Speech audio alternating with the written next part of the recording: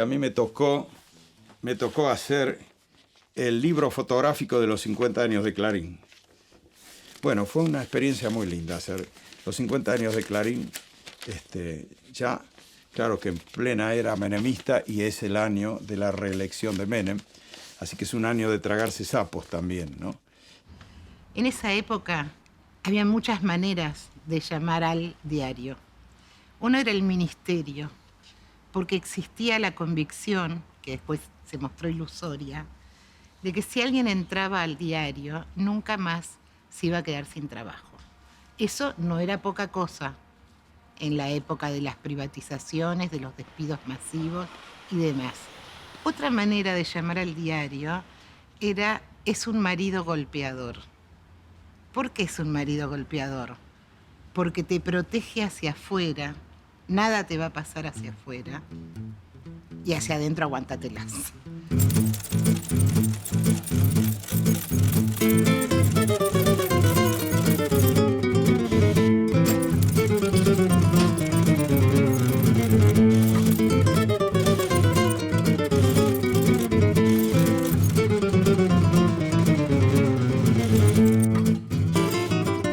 En la segunda mitad de los años 90, Clarín va a enfatizar algo que hasta ese momento no era medio desconocido, que es su mímesis con el interés de los argentinos. Clarín es el grupo de medios de la Argentina y de los argentinos. Clarín, el gran diario argentino. Insisto, esto obedece a una lectura correcta de que llegan capitales extranjeros, entonces nosotros somos el grupo de medios que interpreta el sentimiento somos la argentinidad, digamos, mientras que los otros son de afuera, son foráneos. En las páginas de Clarín se reconocen día a día millones de personas. Son los lectores los que determinan cada mañana qué leerán. Por eso podemos decir con orgullo que estamos instalados en el sentido común y en la cultura cotidiana de varias generaciones de argentinos. En 1996, el secretario general de redacción del periódico más poderoso de la Argentina, Roberto Guareschi de Clarín, aceptó reflexionar sobre el gran diario argentino. Hasta el eslogan influye. Tiene el peso de que tenemos que ser los mejores, afirma, y asegura que Clarín vende mucho, pero al mismo tiempo es tenido en cuenta y forma opinión. El diario tiene el poder de instalar temas, pero nada es arbitrario ni automático, porque si fuera así, cualquier cosa que pusiéramos en tapa se impondría. El poder de Clarín consiste en que encontró una fórmula única entre lo popular y lo serio, que ya estableció un vínculo importante con la sociedad y que en ese sentido forma parte entrañable de la Argentina, como el fútbol, el tango o el cine. Desde que yo me acuerde, desde la mesa familiar, Clarín era el diario argentino. Me acuerdo en alguna época se hacían focus groups para que los lectores lo definieran y los lectores equiparaban al diario con el churrasco con ensalada, el café con leche con medias lunas, o sea, como algo presente en la mayor parte de las casas, concreta o imaginariamente. Es así como a partir de nuestro diario, que obró como un núcleo fundacional, hemos constituido el primer grupo de comunicaciones del país. El Grupo Clarín. Clarín blanquea su conformación como grupo, que de facto ya existía, en la segunda presidencia de Menem, ¿no? ¿Qué tenía Clarín? Bueno, al diario, tenía Artear, que gestiona la licencia de Canal 13 y señales informativas como TN y la señal Volver de cable. Tiene su planta impresora, Radio Mitre, FM 100. Ya está expandiéndose claramente en multicanal, tiene televisión codificada, señales como Teis Sports. Entonces, organiza Simeco. Simeco es a su vez un grupo, digamos, una sociedad que protagonizan Clarín, La Nación y una empresa periodística española, y que compra a los diarios La Voz del Interior de Córdoba y a Los Andes de Mendoza, ¿no? Y al mismo tiempo se asocia, como decíamos, con el Grupo Cisneros. Entonces, Clarín, en su presentación en sociedad como grupo, tiene ramificaciones en todas, digamos, los eslabones de la cadena de valorización de los medios de comunicación. Esto es un auténtico multimedios. O sea, cuando digo que tiene una integración vertical, significa que prácticamente se autoabastecen. Producen la noticia, producen el papel, lo editan, lo diseñan, lo imprimen.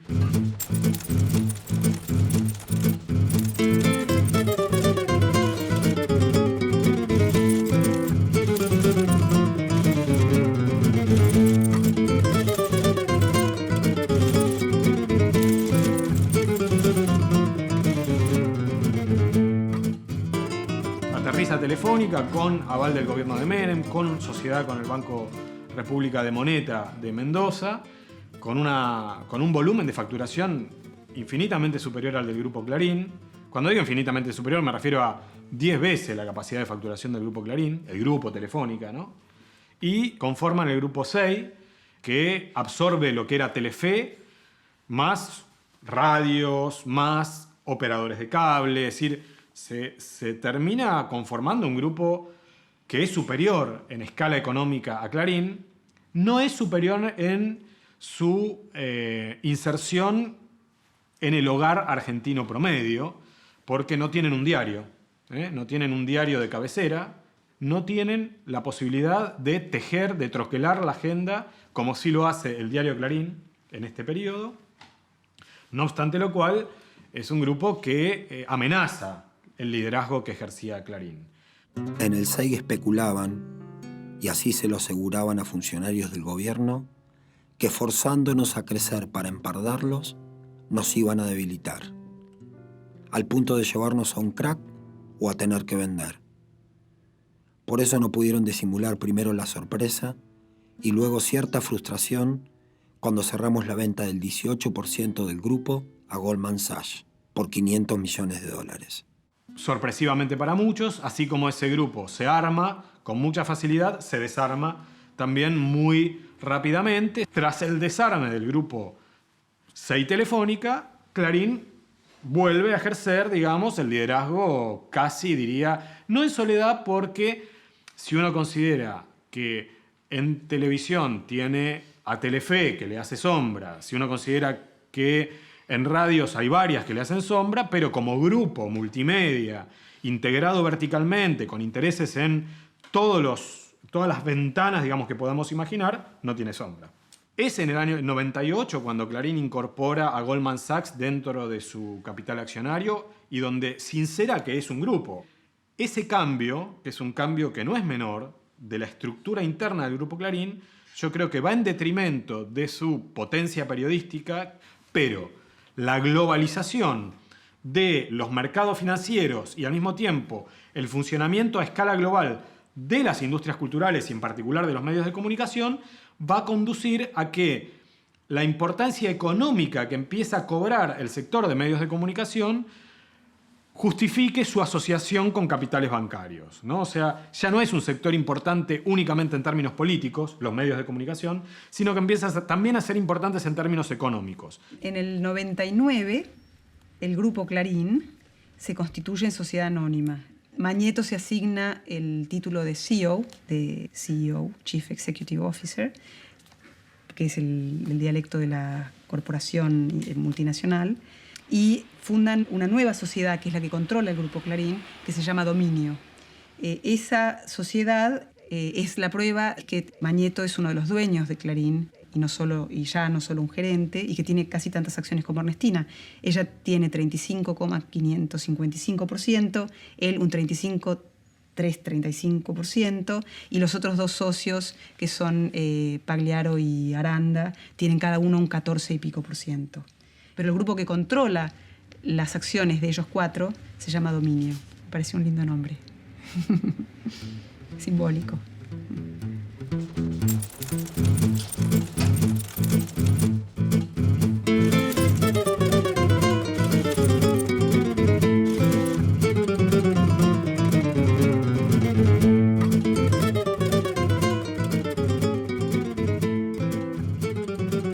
La batalla legal entre Ernestina Herrera y la hija de Noble comienza de inmediato de la muerte de Noble y termina en el año 98. Y el tercer juicio que ella inicia, ya más grande, que es el que termina en el año 98, por daños personales a su integridad personal. Y ella dice que Ernestina ha llevado adelante un proceso de desaparición de su persona, borrándola de la historia oficial de Noble, de la historia escrita de Noble, y reemplazándola por los hijos adoptivos de Ernestina. Hay una sucesión de hechos. Por ejemplo, Ernestina se lleva el cadáver de la cripta de Recoleta y le crea del cadáver de la familia, digamos, el cajón con el cadáver de Noble, lo saca de la cripta de la Recoleta de la familia Noble y le crea uno nuevo en una cripta llamada Herrera Noble. Y cuando se hacen ahí los homenajes, cada vez que se cumple un año de la muerte de Noble, Lupita o no es invitada, o si es invitada, en las fotos del otro día en el diario Clarín, a ella la borran de la foto. Y ella lleva adelante una guerra personal con Ernestina para ser nombrada, para ser vuelta a la historia oficial, que luego termina, que es lo que termina siendo en el año 98, resuelto en un juicio que en realidad es resuelto porque Ernestina, sus abogados le dicen que va a perderlo, porque los jueces le dan la razón a Lupita, y entonces ahí hay una restitución de su nombre que se manifiesta en un artículo de doble página que Lupita publica en el diario Clarín, que se llama Roberto Noble, mi padre, si no me equivoco, en donde hace un relato sobre que ella es la hija de Noble, y luego eso va acompañado por un acuerdo económico que es el último, ese es el final de esa batalla judicial.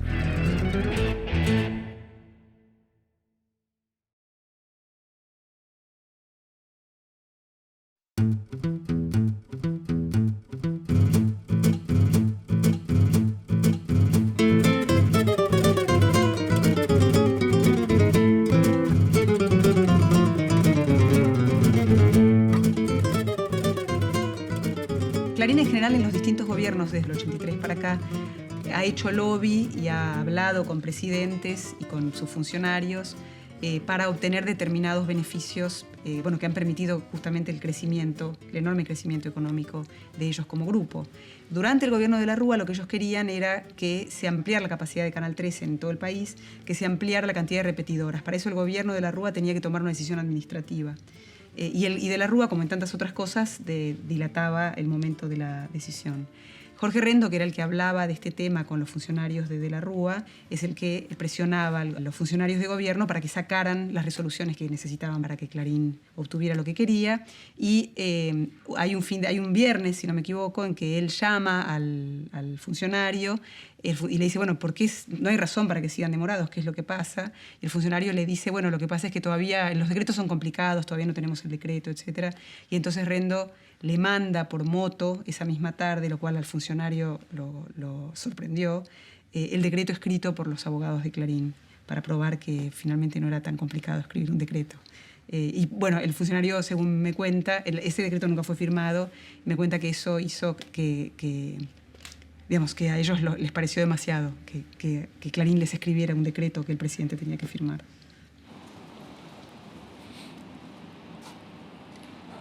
Bueno, esta es la esquina Ana Ale. Lleva este nombre porque la compañera, Ana, que fue mi compañera, fue la última secretaria general de la Comisión Interna de Clarín. Sí, que duró solo 3 meses. La eligieron en agosto y ya el 4 de noviembre del año 2000 la empresa toma la resolución de echar a toda la comisión interna, a los 10 delegados y a 117 trabajadores más. Así que he hecho a casi todo el activismo sindical y desde entonces se prohibieron las asambleas. Nos despidieron con los métodos de la dictadura. Empezaron a llegar los telegramas de despido a la mañana, un sábado. Rápidamente nos juntamos en la puerta del diario. Estaba la calle vallada. O sea, el diario se permitió vallar la calle, que en general es una atribución que le corresponde al Estado, no a un particular. Había tipos de civil, había tipos de la federal, a uno se le cayó un carnet de la bonaerense. En los techos había tipos armados y tipos filmando. Nuestras asambleas fueron todas filmadas, al punto que después algunos jefes se permitieron tomarle el pelo a los compañeros, no mostrándoles, sino diciéndoles cómo estaban vestidos. En la última asamblea que diluviaba, uno iba con la campera y la gorrita y le dijo, te pusiste la gorrita para que no se te reconociera, ¿no? O sea, filmaron y vieron lo que filmaron. Esos son los métodos de la dictadura, esos son los métodos de los servicios, esos son métodos que solamente pueden prosperar cuando hay una complicidad absoluta del aparato del Estado. Y eso fue lo que nosotros verificamos inmediatamente. O sea, en la primera reunión en el Ministerio de Trabajo, el abogado de la patronal dijo que tenían $3 millones para pagar en indemnizaciones. Éramos verificados, 117 despedidos. Ahí adentro estaba toda la comisión interna, gran parte de la junta electoral que había organizado las elecciones y después compañeros sin representación sindical. Y el tipo decía, yo tengo acá $3 millones para pagar las indemnizaciones, pero en Clarín se acabaron las asambleas, en Clarín se acabaron los delegados. Y yo les dije, usted es la autoridad de aplicación. Y acá la patronal está diciendo que va a conculcar los derechos constitucionales y sindicales de sus trabajadores. Intervenga, doctor. En otro momento, señor, ahora estamos discutiendo otra cosa. Para los que quedamos afuera se vino la noche. Se vino la noche porque no te dan trabajo. Yo no logré, no que me dieran trabajo, no logré una entrevista de trabajo. Y esa experiencia es la experiencia de muchos compañeros que se dedicaron a hacer lámparas, sandalias, trabajar de sociólogos y no volvieron a insertarse. O sea, el pacto de la Cámara Empresaria con los despidos en Clarín fue durísimo. Para mí, a partir del año 2001, Clarín va mostrando síntomas claros de que pierde el termómetro que desde mi punto de vista constituía su mayor fortaleza, que era esta idea de poder medir muy bien la temperatura, incluso como vanguardia, es decir, incluso segundos o minutos u horas antes de que esa temperatura marque efectivamente. O sea, sabe que está subiendo el mal humor contra un gobierno, entonces comienza a virar su línea editorial contra ese gobierno. Es ese proceso que yo creo que tenía que ver fundamentalmente con que Clarín hacía periodismo, o sea, que tenía periodistas en la calle que medían esa temperatura, que hablaban con los políticos, con los empresarios, con los gremialistas, digamos. Entonces entendía que había cambios de humor social en función de las condiciones que la sociedad percibe que tiene. Mi explicación es que Clarín claramente a partir del año 2000-2001 prioriza su rol como grupo económico muy por encima de su actividad periodística.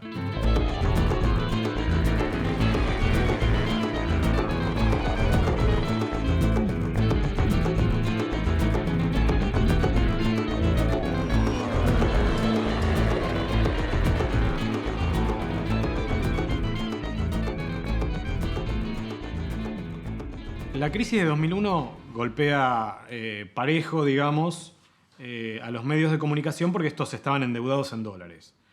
Es decir, que a partir de la ruptura de la convertibilidad del 1 a 1, la deuda que habían contraído los grupos de medios de comunicación de la Argentina es una deuda dolarizada, en muchos casos con acreedores externos. Con lo cual, se produce una situación de virtual quiebra, de virtual quebranto de muchas de estas empresas, no solo de Clarín. Entonces, el gobierno de Eduardo Duhalde quiere solidarizarse, digamos, con estas empresas. Primero intenta modificar la ley de quiebras, digamos, a través de un mecanismo que impida que los acreedores externos pudieran tomar efectivamente el control de las compañías locales. La presión del FMI, digamos, que ejercía una influencia decisiva sobre el rumbo económico del presidente provisional Duhalde, impide, digamos, que este salvataje se pueda llevar a cabo en el caso de los medios de comunicación, y el propio gobierno de Duhalde lo que hace es promover una iniciativa en el Congreso, que es una ley que fue conocida como Ley de Bienes Culturales o Ley de Industrias Culturales. También en el ambiente se las llama Ley Clarín, digamos, que es una ley que es sancionada en marzo de 2003 y que es promulgada ya durante la presidencia de Néstor Kirchner, o sea, a partir de mayo del año 2003, y que consiste fundamentalmente en poner un tope a la presencia de capitales extranjeros en las compañías de medios de comunicación de la Argentina. Ese tope es del 30%. Esa ley se conoció el nombre oficial, es Ley de Protección de las Industrias Culturales, pero es conocida extraoficialmente como Ley Clarín porque el mayor beneficiado de esa regulación fue el Grupo Clarín. Y en todo caso, esto nos lleva a una reflexión, ¿no? Y es cómo el Grupo Clarín consiguió obtener ventajas de parte de acciones políticas del Estado prácticamente a lo largo de toda su historia.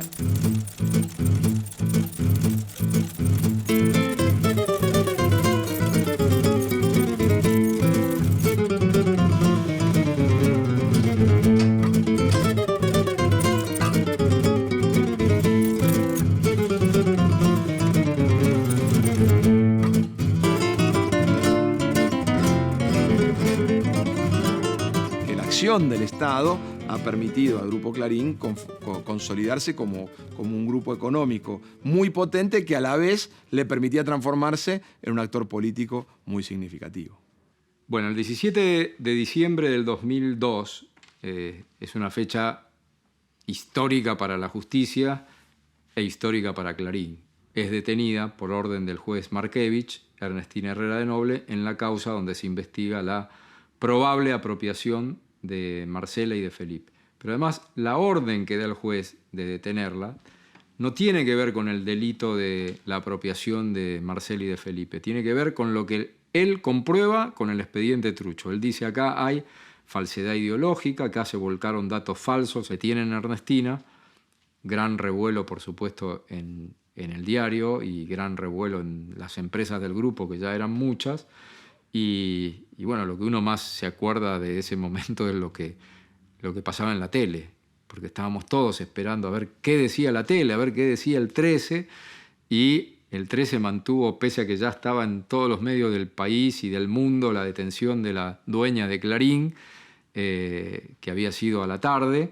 En Canal 13 la noticia no se da a conocer sino hasta el final del noticiero. Después, bueno, viene toda la otra historia de cómo se movió Clarín para conseguir en 3 días y monedas la libertad de Ernestina, y en pocos meses después el juicio político a Markevich y el congelamiento de la causa durante años hasta el 2008. Y sin dudas ahí comete, si es que fue parte de alguna consulta con sus abogados, comete uno de los, por un lado, errores para ellos, para su estrategia, y para nosotros una clara señal de que valía la pena seguir investigando. Pone en un párrafo de esa carta a miles y miles de lectores los términos: muchas veces he hablado con mis hijos, o sea, Marcela y Felipe, sobre la posibilidad de que ellos y sus padres hayan sido víctimas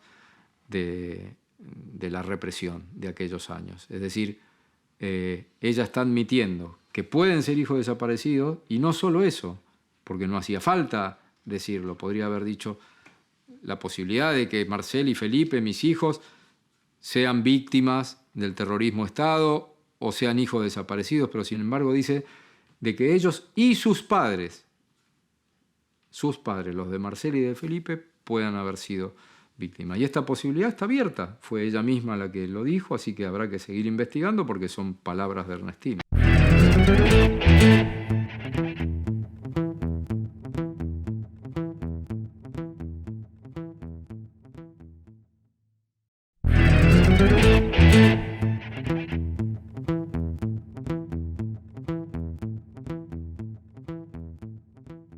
Del bastón presidencial al señor presidente de la Nación, doctor don Néstor Carlos Kirchner.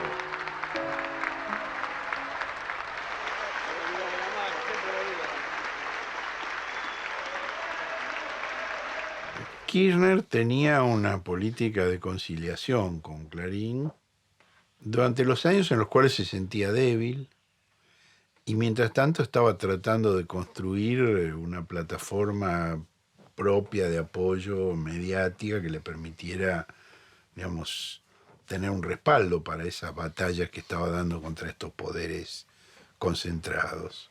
En diciembre de 2004, Néstor Kirchner renueva a Clarín y a Telefe, o sea, a Telefónica, les da 10 años más de explotación. Gratis. Quiero decir, en el marco de lo que la ley establecía, pero también es verdad que la ley le hubiera permitido al gobierno por lo menos controlar si el compromiso original de 1989 que adquirieron los licenciatarios se cumplió o no para renovársela.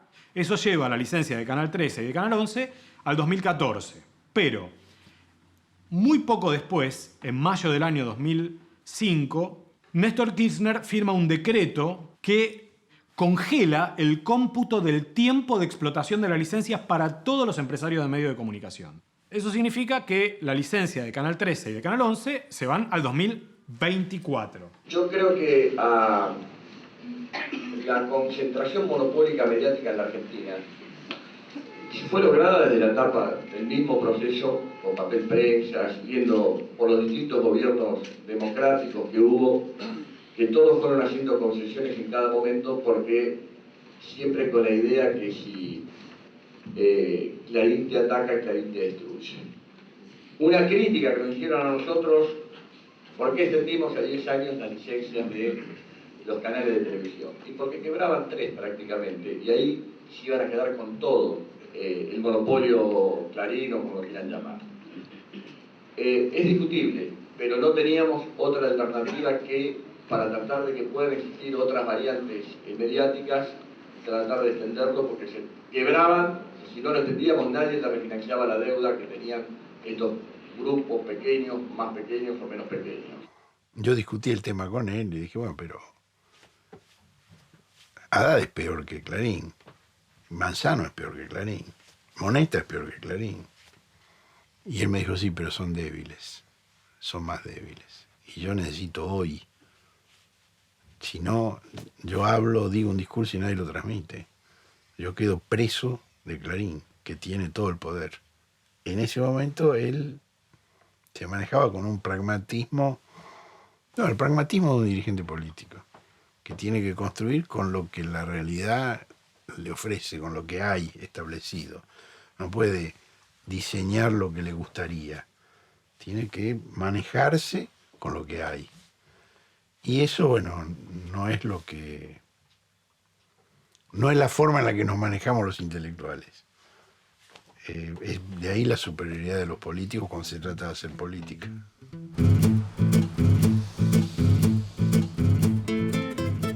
Clarín, a través de Multicanal, compra Cablevisión e inicia un trámite para que se formalice, se autorice desde el Estado esa compra, esa fusión entre Cablevisión y Multicanal.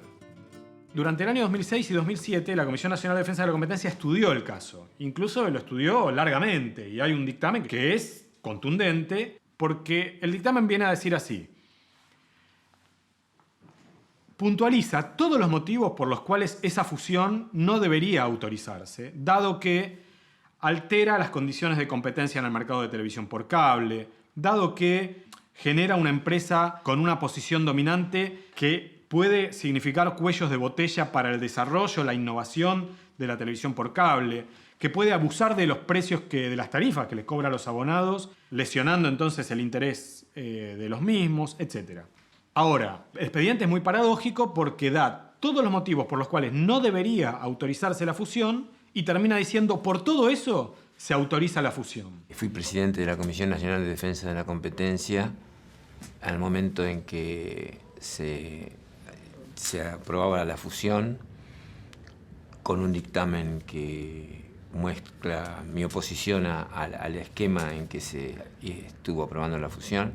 Y yo tengo que reconocer que con Néstor en ese momento hubo diferencia de posición, pero al poco tiempo hubo un reconocimiento y creo que debe ser unas pocas veces que públicamente se dijo que se había equivocado. Cuando en los últimos días de su presidencia él autoriza la fusión de los dos cables de Clarín, todavía él no se sentía suficientemente fuerte como para enfrentar a Clarín.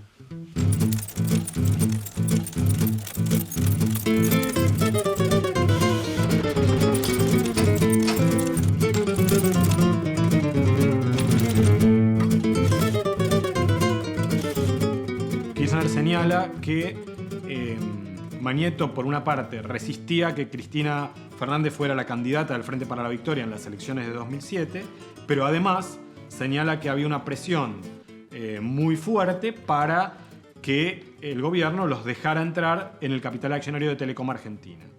Yo me reuní con el señor Mañeto en varias oportunidades. Me ofrecían, por supuesto, antes de las elecciones del 2008, en pleno conflicto con el campo, nos ofrecían todo el apoyo mediático si nosotros terciábamos. Es decir, Telecom, ustedes saben que está en una posición monopólica. Entonces tiene que vender una parte a un grupo argentino para poder salir de esa situación monopólica debido a los procesos de inversión que hizo Telefónica en su momento en Telecom. Ese grupo argentino quería ser Clarín. Directamente tenemos que ser nosotros, porque así nosotros con eso estructuramos ya todo definitivo, es decir, más todo lo que tenemos, más el avance tecnológico de estos tiempos, necesitamos Telecom. Es decir, ustedes hagan lobby por nosotros para que Telecom sea del grupo Clarín. El señor Mañeto no me lo puede desmentir, se lo digo ante las cámaras, así me lo dijo. A partir de la ruptura entre Néstor Kirchner y Héctor Mañeto, en teoría, por la cuestión de la participación de Clarín en Telecom Argentina, se produce una ruptura que todavía hoy protagoniza la tapa de todos los diarios. Yo, Cristina Fernández de Kirchner, juro por Dios, la patria y sobre los santos evangelios desempeñar con lealtad y patriotismo el cargo de Presidenta de la Nación y hacer observar fielmente la Constitución de la Nación Argentina. Si así no lo hiciere, que Dios y la patria me lo demanden. El episodio que marca la ruptura definitiva entre Clarín y el gobierno de Cristina Fernández de Kirchner es el lockout de las cámaras patronales agropecuarias a partir de marzo del año 2008, que Clarín presenta como una huelga histórica. Primero la llama huelga, un lockout patronal, pero además dice histórica y le da un enorme apoyo. Esta vez no han venido acompañados de tanques, esta vez han sido acompañados por algunos generales multimediáticos que además de apoyar el lockout al pueblo han hecho lockout a la información, cambiando, tergiversando, mostrando una sola cara. Ahora, lo que Clarín nunca dice es que ellos son socios de los perjudicados por el aumento de las retenciones. Clarín y La Nación no son solo socios en papel prensa, son socios también en Expoagro, que es la mayor posición anual del agronegocio, donde se cierran todos los años negocios por $300 millones. Y además, los principales accionistas de Clarín son al mismo tiempo propietarios agropecuarios y productores agropecuarios. Entonces, están actuando en función de esos intereses, pero actúan políticamente contra un determinado gobierno. Claro, una vez puesto a enfrentarse a un gobierno, era una situación en que el Grupo Clarín nunca había tenido que enfrentar. Siempre había recurrido a la amenaza, pero nunca la había concretado. Por primera vez sí se produce esto durante el gobierno de Cristina Fernández de Kirchner. Y yo creo que aquí se revelan dos cuestiones que son sumamente significativas. La primera, que esa amenaza tan temida no se muestra tan verídica, ¿no? Es decir, aquella famosa frase que decía que ningún gobierno resistía 4 tapas de Clarín en contra, bueno, hoy ya nadie la puede sostener, ¿no? Porque tenemos un ejemplo empírico de un gobierno que ha resistido 1.200 tapas de Clarín en contra, ¿no? Yo creo que el conflicto sirve para mostrar ambas caras de la moneda. Por un lado, ¿no?, que ese poder político no era tan decisivo, no quiero decir que no sea importante, pero también que ese poder económico sigue mostrándose muy fuerte y sostenible en el tiempo. Kirchner lo que hace es subir a Clarín al ring. Es decir, Kirchner termina con la ficción de la neutralidad, de la independencia, y toma a Clarín como lo que Clarín es, un actor político con intereses económicos. Y lo señala y lo desnuda y lo plantea abiertamente, con ese estilo tan gracioso que tenía él, ¿no? Esa frase histórica, «Estás nervioso, Clarín», ¿no? Entonces Clarín no tiene más remedio que entrar en el ring. Ahora no sé si les conviene, porque, digamos, Kirchner logró la deslegitimación. Y hoy Clarín se lee de una manera distinta a la que se leía antes. Hoy Clarín se lee con lupa. Un título de Clarín hoy significa: esta es la parte de la realidad que Clarín quiere iluminar porque le corresponde, o esto es un invento de Clarín, o una interpretación forzada de Clarín de un hecho de la realidad. Hoy se lee así.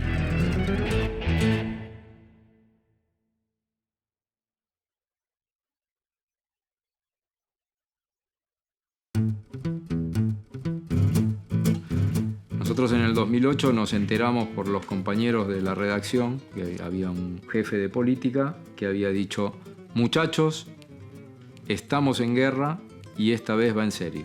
Clarín había declarado la guerra y esa guerra significaba matar. Bueno, este material que se llama Las claves, la estrategia oficial contra los medios, que es un manual de Clarín para su batalla y su combate contra el gobierno, y lo que demuestra es que si alguien creía o si alguien dudaba de que Clarín en esto estaba jugando como medio de comunicación y como medio periodístico, esta es la mejor prueba de que esto es una herramienta de un grupo político. Ahora, ¿es insólito en la Argentina que un medio se erija como principal interlocutor opositor a un gobierno? No. ¿Es la primera vez que ocurre? No. Pero que esto lo haga un grupo de medios como Clarín, que tiene, digamos, poder de fuego, digamos, tanto en diario como en tele, como en internet, ¿no?, como en televisión por cable, como señales de noticias, etcétera, ya cambia un poco la ecuación. El Congreso va a debatir este año el proyecto de ley de medios audiovisuales que sustituye a la vieja ley de la dictadura. Porque de lo que se trata es que hoy estamos votando y sancionando una ley que es fundamentalmente una ley antimonopólica. Decía Scalabrini: todo lo que no se legisla explícita y taxativamente a favor del más débil queda implícitamente legislado a favor del más fuerte. Silencio, compañeros. Silencio, van a votar. Votando, por favor. Resultan 44 votos afirmativos, 24 negativos. Se sanciona en el año 2009 la Ley de Servicios de Comunicación Audiovisual, que tiene, desde mi perspectiva, una gran cantidad de beneficios que van mucho más allá de la pelea gobierno-Clarín. El artículo más famoso de la Ley de Servicios de Comunicación Audiovisual es el 161, que establece que los operadores de radio y de televisión que superen el límite de concentración que la ley establece tienen que adecuarse en el plazo de un año a ese límite. Y Clarín, claramente, lo supera con creces, tiene que adecuarse, tiene un plazo de 1 año para adecuarse. Cuando sale la ley, al poco tiempo, en el 7 de diciembre del 2009, Clarín presenta, como Grupo Clarín Sociedad Anónima, presenta una medida cautelar requiriendo que no se le aplique la 161.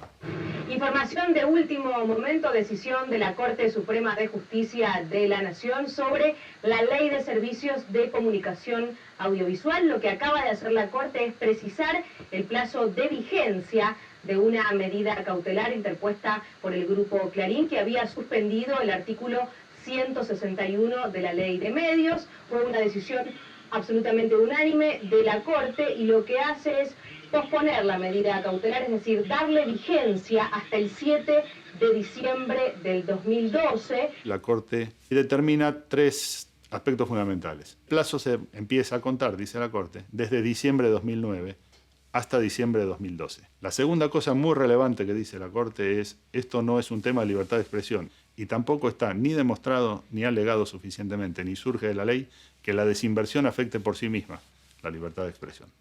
Y la tercera cuestión, sumamente relevante, es que la Corte dice: estamos ante un tema netamente patrimonial. Y acá el 7 de diciembre tienen que adecuarse a la ley. Ernestina y Mañeto, y en consecuencia el Grupo Clarín, siempre sobre el tema de la causa en la que se investiga el origen de Marcela y Felipe Noble Herrera, siempre le adjudicaron a todos los gobiernos la persecución política como motivo de esa causa. Ernestina Herrera había adoptado a estos 2 chicos en el año 76. Todo el trámite de la adopción le fue ajeno, es decir, se encargaron Frigerio y su abogado, Bernardo Sofovich, que a su vez eligieron una abogada especialista en el tema y a su vez negociaron con una jueza que estaba dispuesta a fraguar un expediente. Y eso significó que Ernestina no conociera nunca, hasta hoy, los detalles concretos del origen de Marcela y de Felipe Noble. Hay un momento en que Mañeto se reúne con Ernestina y le pide que le diga, bueno, si son o no hijos de desaparecidos, simplemente para saber qué estrategia, según la realidad, cuál es la estrategia que tiene que adoptar el grupo y cómo tienen que comportarse, y ella le dice: no tengo la menor idea. Y los que lo sabían ya están todos muertos hace tiempo. Esto, que parece increíble y que mucha gente sigue sin creer, el modo en que ellos se comportaron lo hace evidente. Tuvieron una estrategia de un culpable, que consistió básicamente en que Marcela y Felipe debían negarse a entregar rastros de ADN que pudieran ser comparados libremente y sin condicionamientos con el ADN de las familias que buscan a sus niños apropiados durante la dictadura, que están en el Banco Nacional de Datos Genéticos. Yo creo que ellos no sabían exactamente qué familias habían dejado sangre en el banco. Cuando tuvieron ese dato y comprobaron que las hipotéticas familias de Marcela y Felipe, porque yo estoy convencido de que ellos todavía no tienen claro de quiénes son Marcela y Felipe.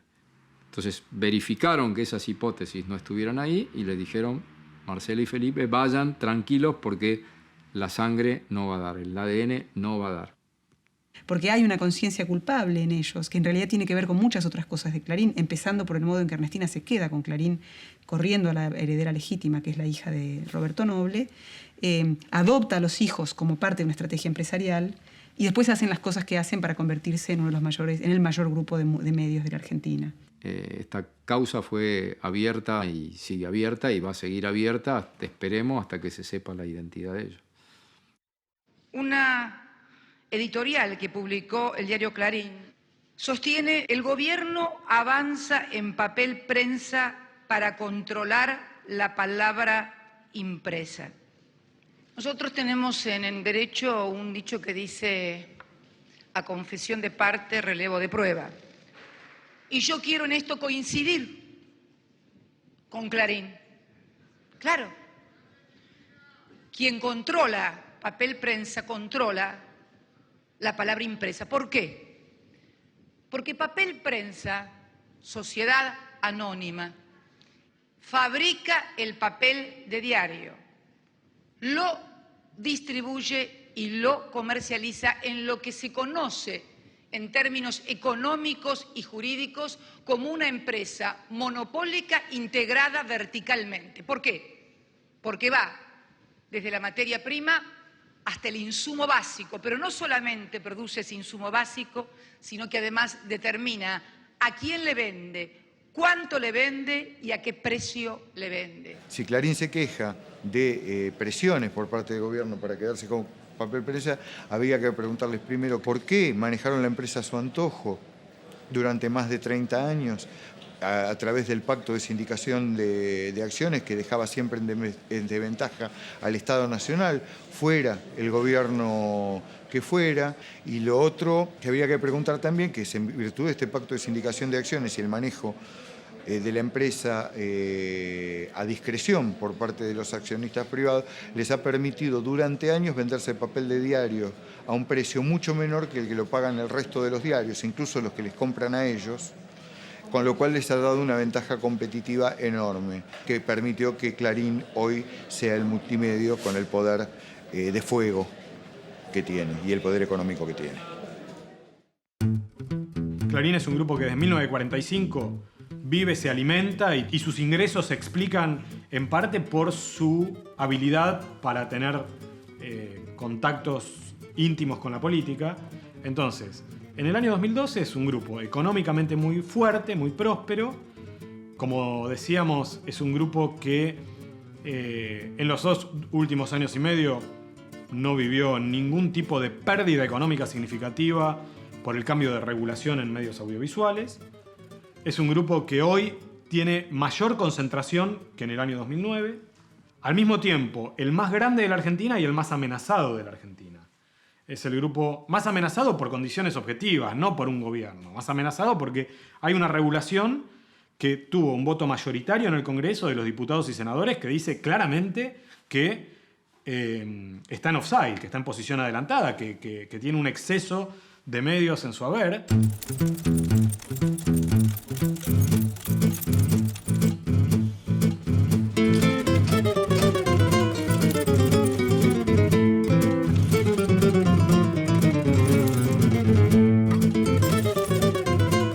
Esa práctica histórica, que ya no tiene que ver con una figura del Grupo Clarín, digamos, sino que tiene que ver con un desempeño bastante largo en el tiempo, les ha ganado mucha antipatía por parte del mercado de empresarios de medios, del estamento político, de una parte de la sociedad que ha abierto, digamos, los ojos a que los medios de comunicación tienen intereses corporativos de forma masiva.